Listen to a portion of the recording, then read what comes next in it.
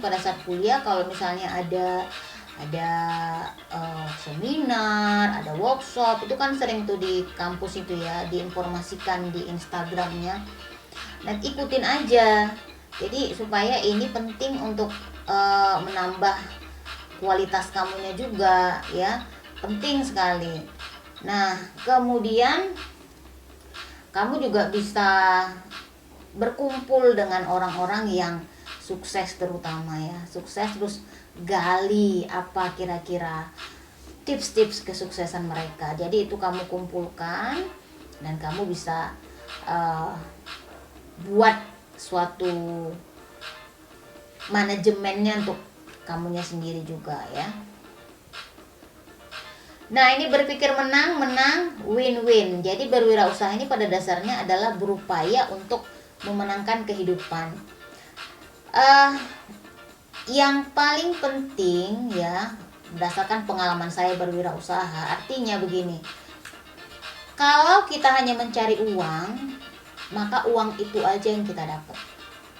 Tetapi kalau dalam berusaha kita mencari nilai ibadah, ya, maka ibadahnya dapat, uangnya lebih banyak lagi yang kita dapat. Nah, jadi jangan kita berpikir untuk menang dulu. Kita berikan dulu untuk memenangkan orang lain, maka ibarat bola, kita lempar bola. Semakin kita kuat melempar bola ke dinding, dia akan semakin kuat pantulannya. Jadi semakin banyak yang kamu beri ke masyarakat, maka yang balik juga akan semakin banyak. Yakinlah, jangan khawatir ya. Jadi upayakan untuk semuanya menang. Jadi bukan kamu saja yang menang, lingkungan kamu menang, orang yang berhadapan dengan kamu juga menang. Supaya apa? Supaya usahamu itu bermanfaat ya. Nah, kemudian memahami untuk dipahami. Jadi seorang wirausaha ini harus open minded. Artinya jangan kita berpikir kita saja yang benar ya. Tapi kita juga harus berpikir, harus memahami, harus juga dengar pendapat orang lain. Ya, jadi dalam berwirausaha ini, kalau saya pribadi, saya aplikasikan, saya sharing pengalaman saya ya. Kita perlu mendengar saran orang lain. Nah, kemudian kita perlu melihat juga punya orang lain, barangkali yang usahanya sama dengan bidang kita. Tetapi kita tidak terpengaruh dengan usaha orang lain, dengan pemikiran orang lain.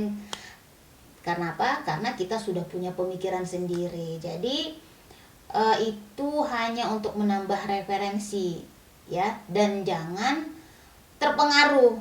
Misalnya gini, kamu jualannya ini sekarang yang lagi ngetren ya, jualan salad buah ya. Terus temanmu juga jualan salad buah, nih produknya sama. Terus kerjaanmu asik mengintip Instagram si kawanmu aja. Tiba-tiba banyak udah yang beli punya dia kan. Akhirnya kepalamu sakit, stres lah kau, masuklah kau rumah sakit, migrain. Udah migrain, jualan gak laku pula. Udah gitu bad habit pula. Bad habitnya gimana? Nah, misalnya ada yang beli sama kamu, terus dia nanya, si A juga jualan salad ya? Ya, oh punya si A jelek tuh, gak bagus tuh, kualitasnya rendah. Nah, itu gibah namanya ya. Jadi itu gak boleh dalam usaha ya. Kalau saya pribadi menjalankan usaha saya, kalau orang lain bertanya tentang kompetitor, saya bilang saya nggak tahu. Silakan tanya ke orang tersebut ya. Kalau yang kami lakukan begini, jadi jangan ditambah-tambahi. Oh, misalnya si A itu orangnya sombong ya, Mbak ya. Oh iya, tahu kali aku hidupnya. Udah gitu tahu kali keluarganya juga tahu, bajunya juga tahu, begini kau tambah-tambahi pula. Itu Tuhan mencatat loh. Jadi yang kau lakukan itu nggak akan berkah. Ingat, dalam wirausaha bukan hanya kemampuanmu untuk berusaha, tetapi ada persetujuan Tuhan di situ. Makanya usahamu lancar. Ini saya berbicara berdasarkan pengalaman ya. Kita lanjut.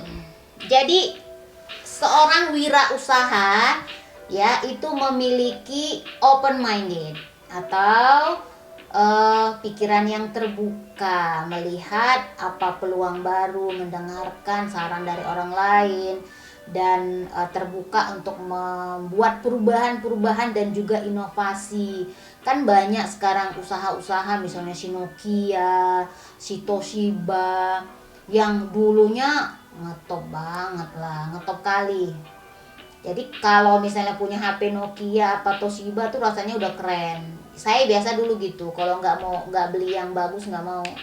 Tapi sekarang tergeser sama si Oppo misalnya, Oppa Korea misalnya. Kenapa? Karena mereka tidak mau membuat inovasi. Jadi harus kreatif membuat inovasi.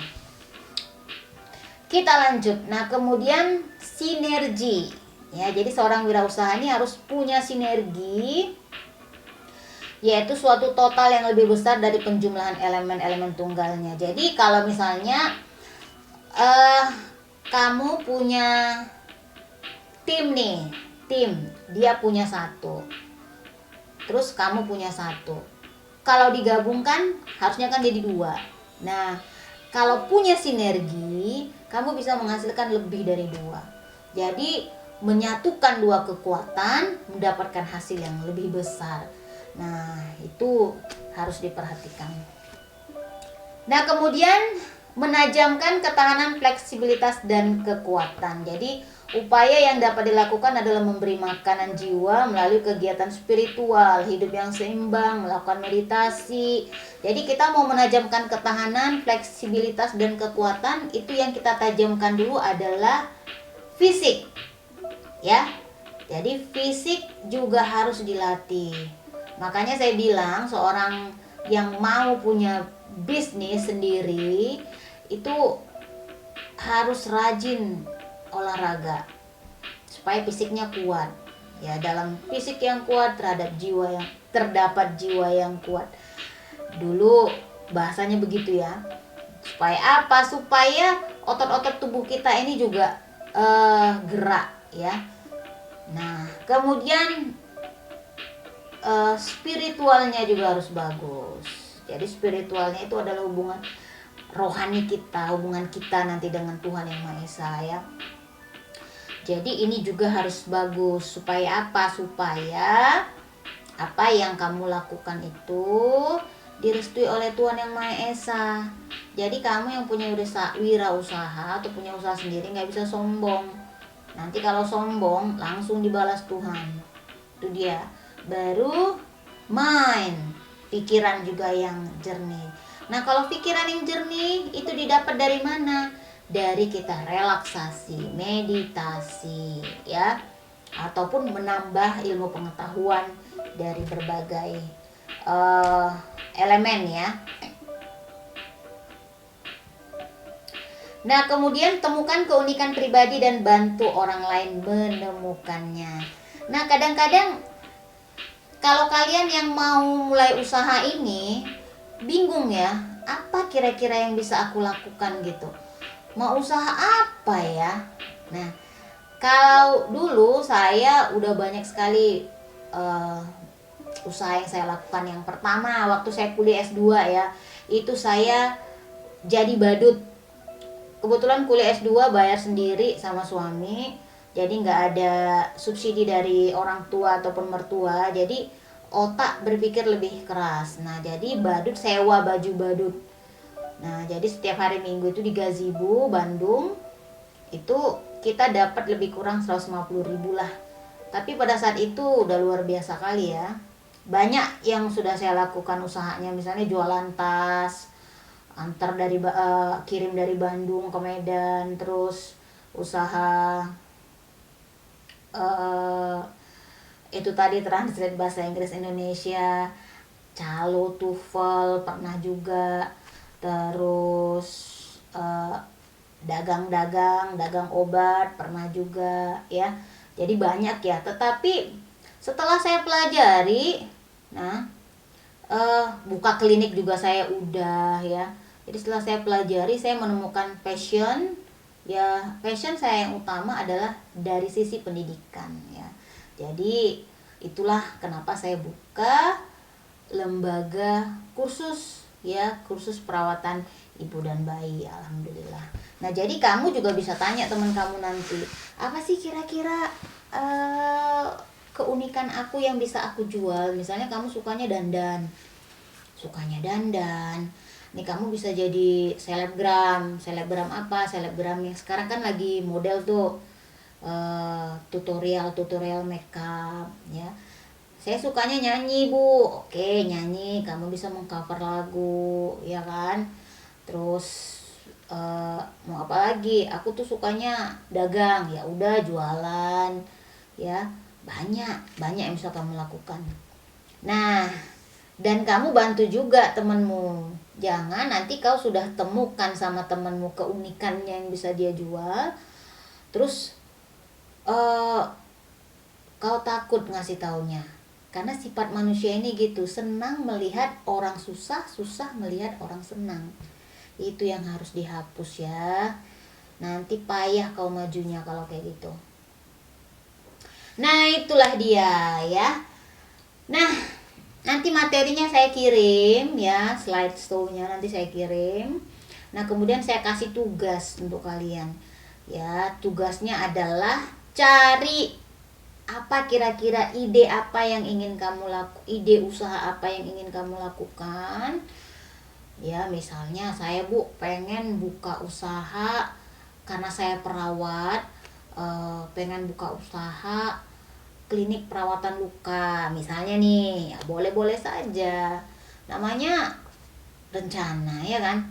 Nah, terus buatlah langkah-langkahnya, tindakan apa yang kamu lakukan berdasarkan tadi 8 habits of highly effective people ya. Nah, nanti kamu tulis tuh di dalam kertas. Bu, di dalam kertas, tulis di folio. Nah, Bu, kenapa harus ditulis? Kenapa nggak diketik? Nah, menulis itu otot tangan kita itu dari kepala itu turun ke sini. Jadi kalau kita menulis itu adalah buah pikir namanya. Buah pikir artinya dari otak turun ke sini nih. Banding ngetik. Nah, jadi kalau kamu tulis pasti ingatannya lebih kuat ya. Oke, sekian saja. Nanti kita lanjutkan lagi materi berikutnya. Terima kasih. Jaga kesehatan. Terus belajar lagi yang banyak. Kalau misalnya nanti ada pertanyaan, boleh tanya saya, boleh DM saya. Yang belum follow Instagram, follow lah dulu ya. Oke, thank you. Terima kasih. Sampai ketemu lagi. Bye-bye.